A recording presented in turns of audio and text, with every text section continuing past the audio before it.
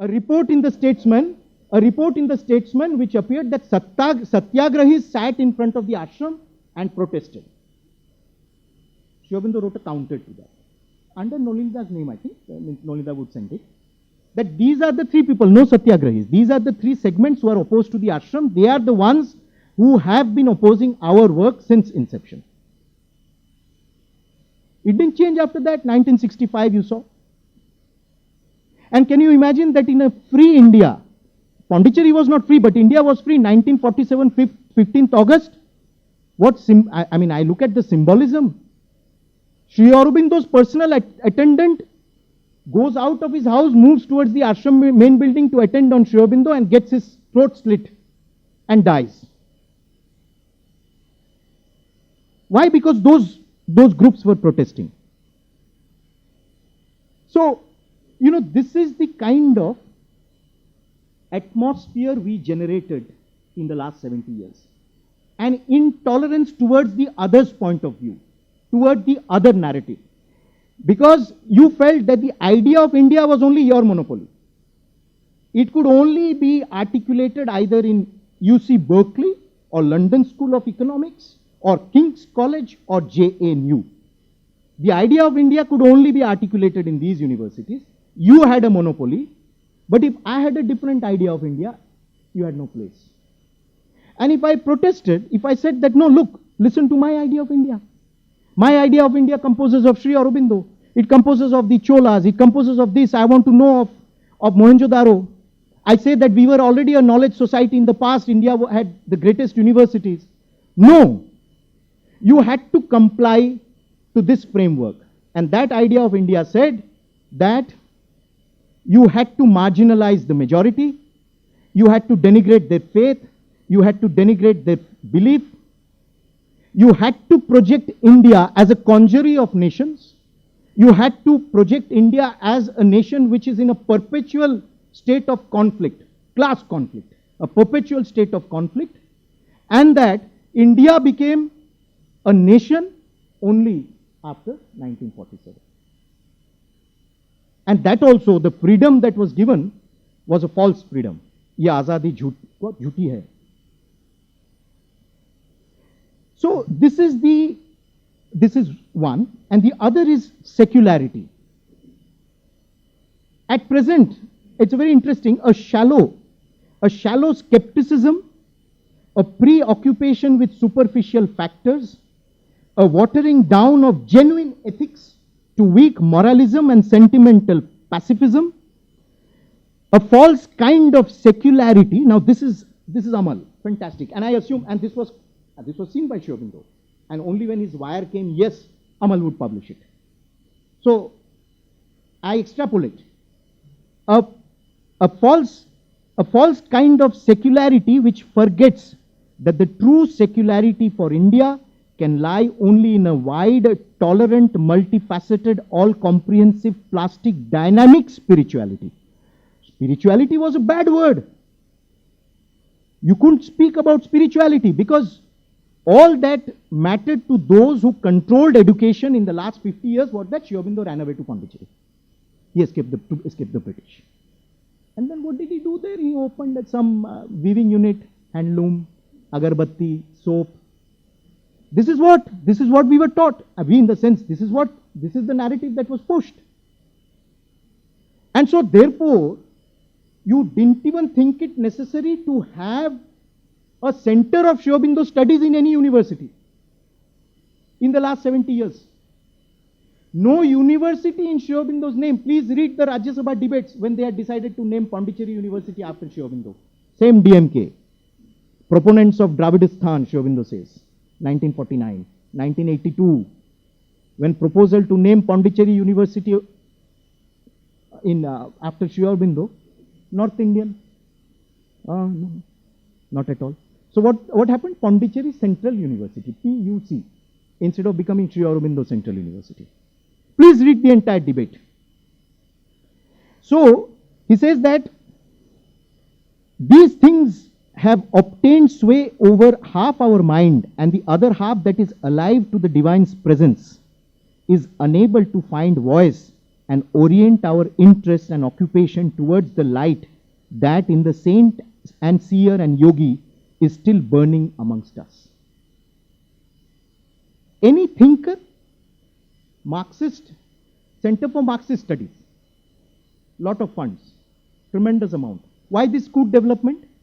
Why didn't we have a center for saint and seers? Bring out a list of 10 saint and seers after whom you should name centers for studies or encourage research. I am leaving aside mortals like Dr. Shyama Prasad Mukherjee. Because of failure in many responsible quarters to keep bright the instinct of divinity and to live bravely in its ancient unifying force and to develop the country according to the authentic temper of Indian culture, great misfortunes have visited thousands and thousands of the country's inhabitants. So there was no recognition. It's only in 2002 or 2003, for the first time, Michel Danino, under the International Forum for India's Heritage, instituted, with the NCERT's support, because Professor Rajput was NCERT director at that time, they did a study of the need for cultural education in schools. And the finding is fascinating. You realize the thirst that is there. That after 50 years of our independence, we are even having to think of this, and we say that, oh great, Indian spirituality is spreading over the world. Earlier we would say, the tremendous India's moral power, soft power. But ironically, we never did anything to consolidate that sense within the country.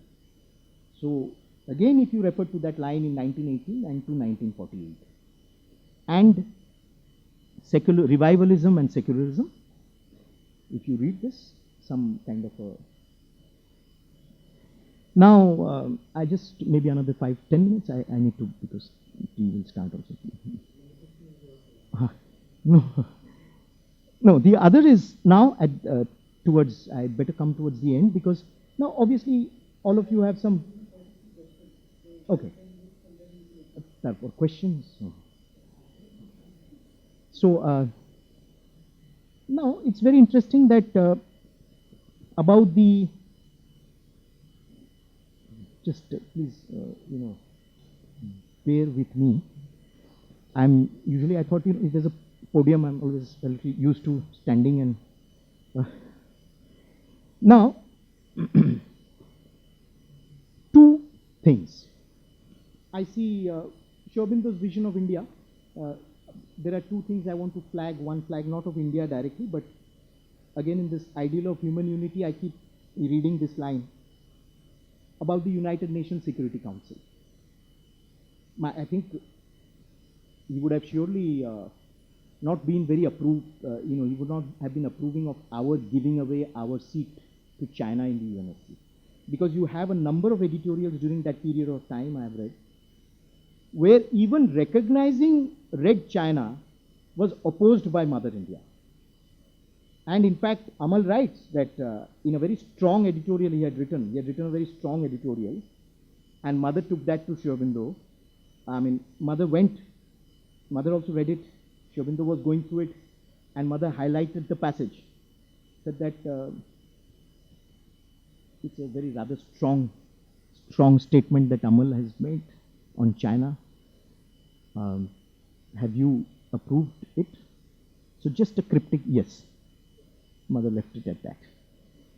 So he had a tremendous, he already foresaw how China was expanding, communist China, its strategic design over India, and just after the formation of the United Nations, he's writing, a strong surviving element of oligarchy remained in the preponderant place assigned to the 5 great powers in the Security Council, and was clinched by the device of the veto. Even after 75 years, this is exactly the debate that is going on. And he had foreseen it then. And then in the next passage, he's saying that to leave them unmodified, to leave this structure unmodified, prolongs a malaise, an absence of harmony and smooth working, and a consequent discredit and a sense of limited and abortive action cause of the widespread feeling of futility regarding the United Nations. Already at that point of time, he's saying. So the debate has not changed.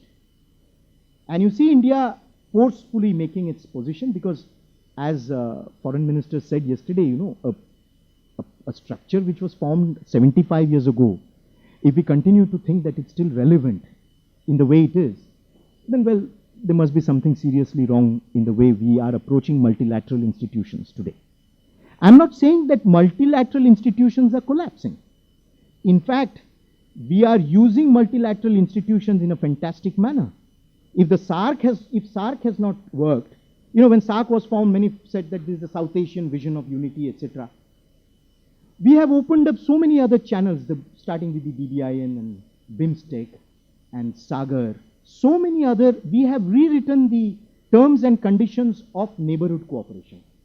And we have ensured that these terms and condition of neighborhood cooperation is not held hostage to one recalcitrant nation, or nation in quotes. Always please put that nation in quotes, because Sri Aurobindo has put it. It's not a normal country. So therefore, I clearly see that multilateral institutions, there's a lot of churning going on. For example, look at the European Union. Europe itself is in the midst of a lot of churn.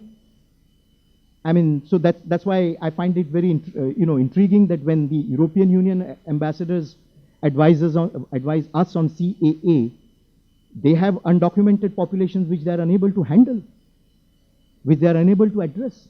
And these are populations which don't want to be absorbed in the classical European civilization and life.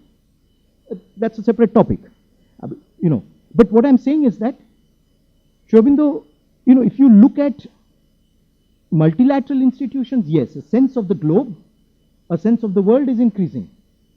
But there is also a clear pressure on multilateral institutions by India. And when Sri Aurobindo says position in the global, in the Committee of Nations, there is a clear pressure from India that yes, we are rising, that we seek our legitimate space, our sphere in multilateral agencies, and this is a legitimate demand. Because by omitting us or by reducing our capacities or our role on multilateral forums, you are negating this huge segment of humanity. So this much for UNSC. Now, finally, the challenges. Challenges are, I'll just list out the challenges as I see it. Being a student of education, I feel that the restructuring and overhauling of the education system is a challenge which needs to be addressed. But at the same time, as I was talking with my young friend, I see a plethora of experiments mushrooming across the country directed at education.